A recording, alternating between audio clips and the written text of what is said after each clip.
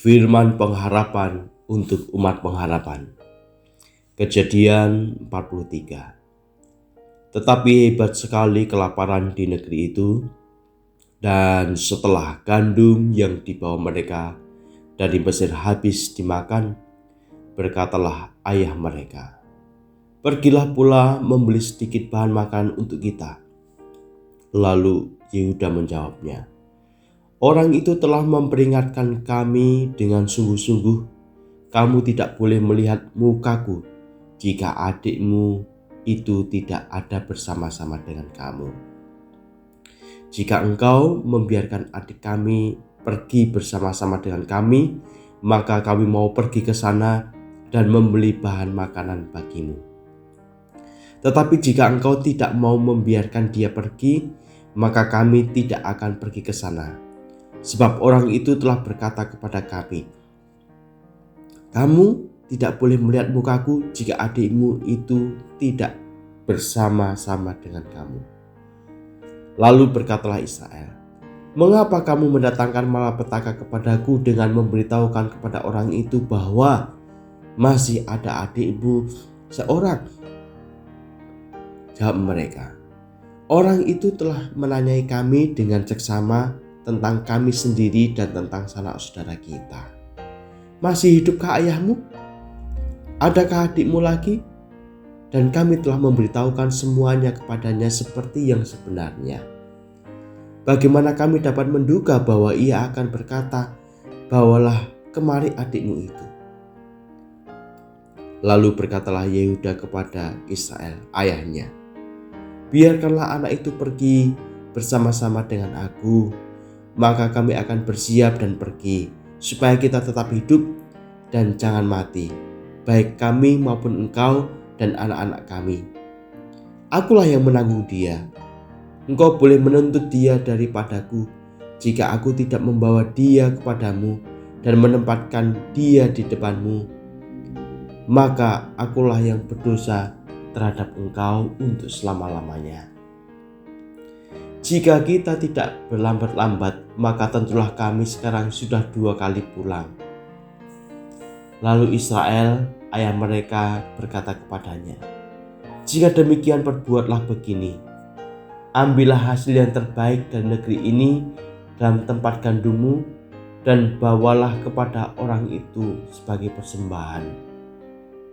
Sedikit balsam dan sedikit madu, damar dan damar ladan, buah kemiri dan buah badam. Dan bawalah uang 2 kali lipat banyaknya. Uang yang telah dikembalikan ke dalam mulut karung-karungmu itu haruslah kamu bawa kembali. Mungkin itu suatu kekhilafan. Bawalah juga adikmu itu. Bersiaplah dan kembalilah pula kepada orang itu.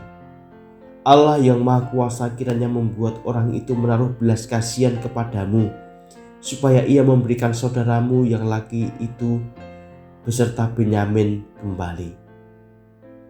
Mengenai aku ini, jika terpaksa aku kehilangan anak-anakku, biarlah juga kehilangan.' Lalu orang-orang itu mengambil persembahan itu dan mengambil uang 2 kali lipat banyaknya, beserta Benyamin juga. Mereka bersiap dan pergi ke Mesir. Kemudian berdirilah mereka di depan Yusuf.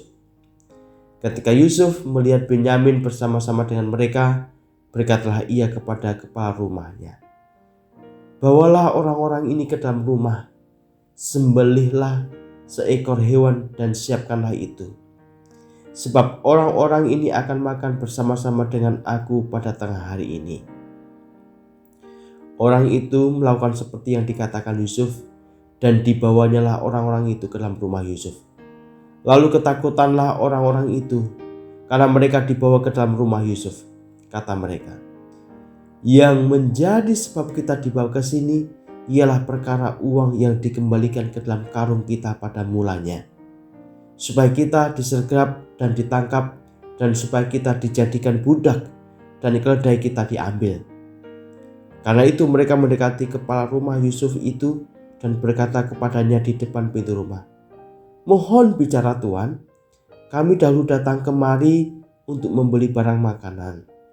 Tetapi ketika kami sampai ke tempat bermalam, dan membuka karung kami, tampaklah uang kami masing-masing dengan tidak kurang jumlahnya ada di dalam mulut karung. Tetapi sekarang kami membawanya kembali.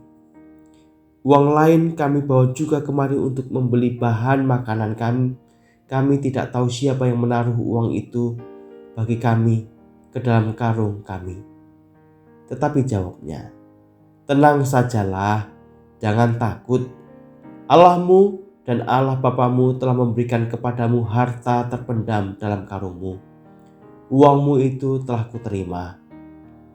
Kemudian dikeluarkannyalah Simeon yang dibawanya kepada mereka. Setelah orang itu membawa mereka ke dalam rumah Yusuf, diberikannyalah air supaya mereka membasuh kaki. Juga keledai mereka diberinya makan. Sesudah itu mereka menyiapkan persembahan, menantikan Yusuf datang pada waktu tengah hari. Sebab mereka telah mendengar bahwa mereka akan makan di situ. Ketika Yusuf telah pulang, mereka membawa persembahan yang ada pada mereka itu kepada Yusuf di dalam rumah, lalu sujud kepadanya sampai ke tanah. Sesudah itu ia bertanya kepada mereka, "Apakah mereka selamat?" Lagi katanya, "Apakah ayahmu yang tua yang kamu sebutkan itu selamat? Masih hidupkah ia?" Jawab mereka, "Hambamu, ayah kami ada selamat, ia masih hidup." Sesudah itu berlututlah mereka dan sujud.